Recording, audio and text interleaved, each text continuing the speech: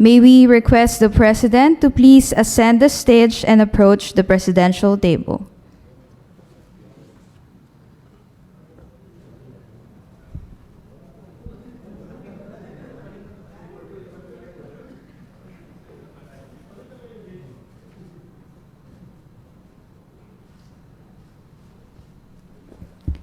The President may now proceed to sign the enrolled copy of the National Budget Bill.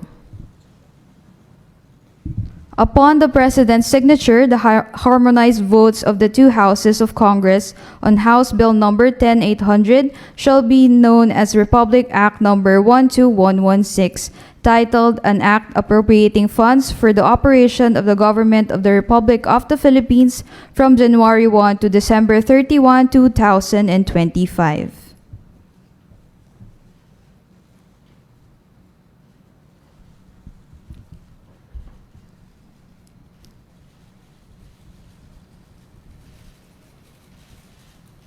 Thank you, Mr. President. Thank you, our honorable guests.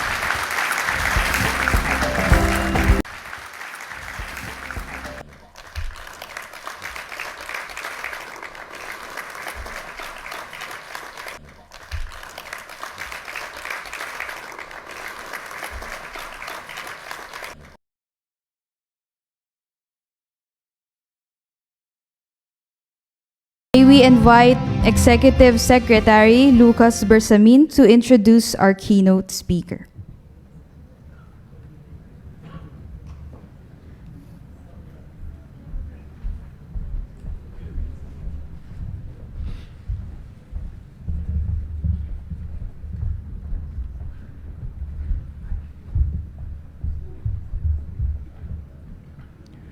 Ladies and gentlemen, the President of the Republic of the Philippines, His Excellency Ferdinand R. Marcos Jr.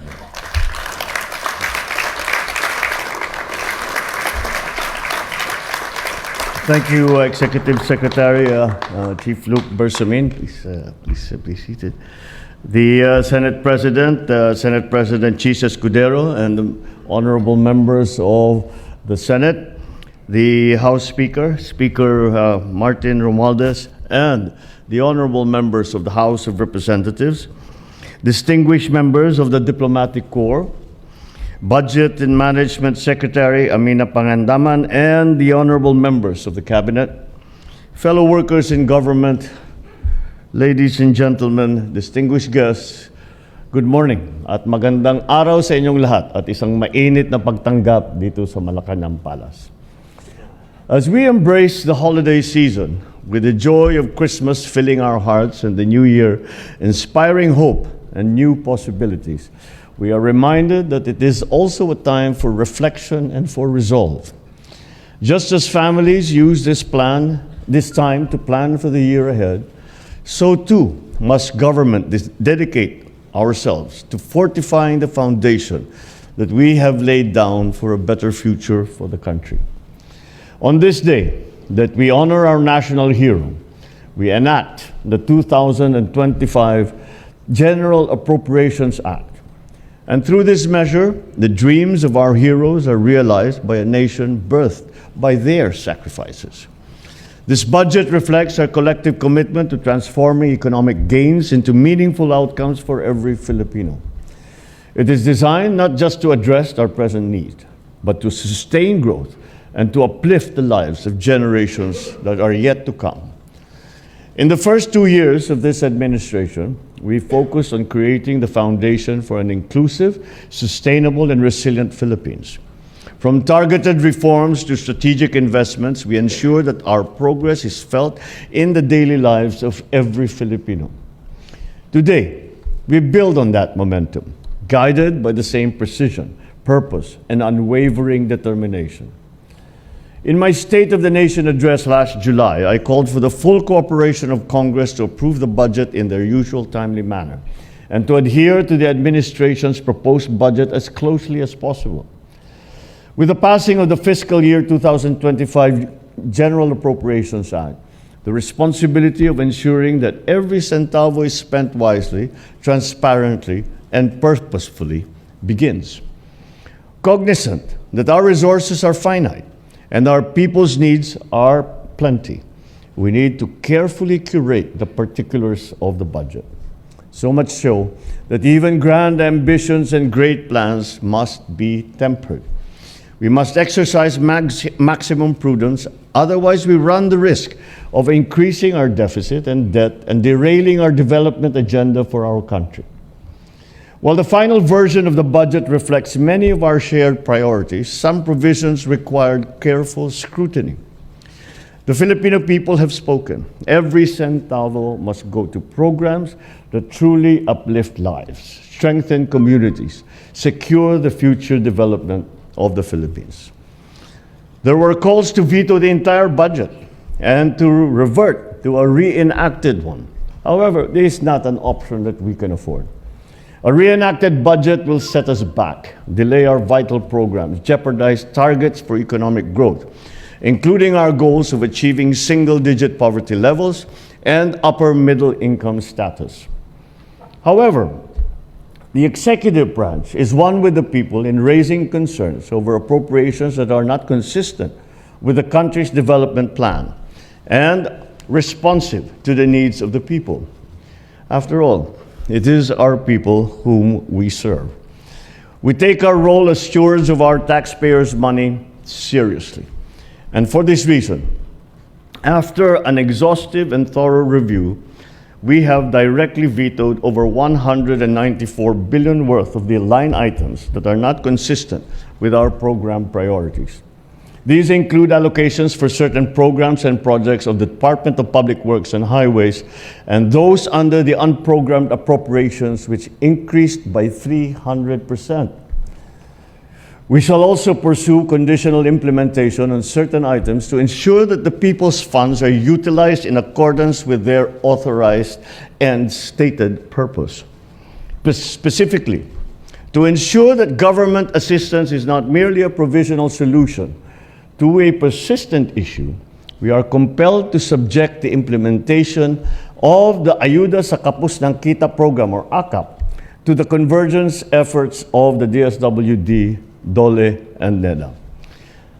This way, we ensure that its implementation will be strategic, leading to the long-term improvement of the lives of qualified beneficiaries while guarding against misuse and duplication and fragmented benefits. This approach is anchored on a simple yet profound truth. The appropriation of public funds must not break the public trust. In the exercise of our budget execution function and our duty to ensure prudent fiscal management, we ensure that all increases in appropriations and new budgetary items shall now be subject to cash programming, applicable budget execution rules, and vetting and approval of the concerned offices. This way, we guarantee that these programs and projects are implementable and will redound to the benefit of our people. Sa sambayan ng Pilipino, nakikinig po kami sa inyo. Salamat po sa inyong pagkilatis sa ating national budget at sa pagpuna sa kaibahan ng isinumite ng Kongreso sa President's proposed budget. Kaya naman po, kahit Pasko, kaming lahat ay nagtrabaho upang pag-aralan ito. Ito po ang ipapasang General Appropriation Act ngayon. Kasama na ang mga veto ay resulta ng aming pagdinig sa inyong tugon. Nakakaasa naman po kayo sa budget na ito. Ipapagpatuloy at papalawigin pa natin ang ating serbisyo sa inyo, alinsunod sa ating Philippine Development Plan ng 2023 to 2028. Titiyakin namin na mananatiling prioridad ang social services. Kasama na rin dyan ang edukasyon ayon sa mandato ng ating saligang batas. Pati na rin ang kalusugan. Sisikapin din po natin na ipagpatuloy at ipapagpapatupad ang ating economic services, kasama ang infrastruktura at agrikultura, upang mapalakas pa ang ating ekonomiya at malabanan ang kahirapan na dulot ng pagtaas ng presyo ng bilihin at kalamidad. Titiyakin namin na maipapatupad ang mga plano upang maipababa ang presyo ng pagkain lalong-lalo na ang bigas. Itutuloy namin ang mga hakbangin upang mapunan ang kakulangan sa mga gusaling pampaaralan at ang mga computer ng mga eskwelahan. Sisiguruhin natin na tuloy-tuloy at mas lalawig pa ang mga benepisyo ng lahat ng Pilipino sa ilalim ng PhilHealth. Through this budget, we will also prioritize green investments and disaster preparedness to safeguard our environment and ensure resilience against disasters. We shall drive innovation and enhance trade and investments to create more quality jobs and to improve productivity. To sustain these efforts, we are advancing governance reforms. We shall continue to improve our systems for a more efficient, transparent, and accountable government. Through digitalization, we shall streamline services, reduce bureaucratic delays, and combat corruption.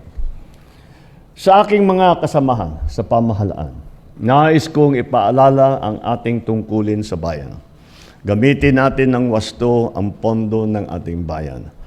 Siguruhin natin na agarang masimula ng mga proyektong napopondohan at matapos ito ng naaayon sa programa at pondong inilaan dito. So as we close this year and step into a new chapter, let us remind ourselves of our shared responsibility. Nation building is not the work of government alone. It is a partnership that we make with every single Filipino. With unity, with determination and a clear vision, we can achieve a future where progress is felt in every home, in every community, every corner of this archipelago. Together, let us build a bagong Pilipinas, a nation of genuine and shared prosperity. Maraming salamat sa inyong lahat at siguro maaari pa rin bumati ng maligayang Pasko at masaganang bagong taon. Maraming salamat sa inyong lahat at magandang umaga sa inyo. Thank you, Mr. President. At this point, may we request the President to kindly grant us a photo opportunity. May we request all our guests to please rise, gather in the middle, and come a bit closer for the group photo.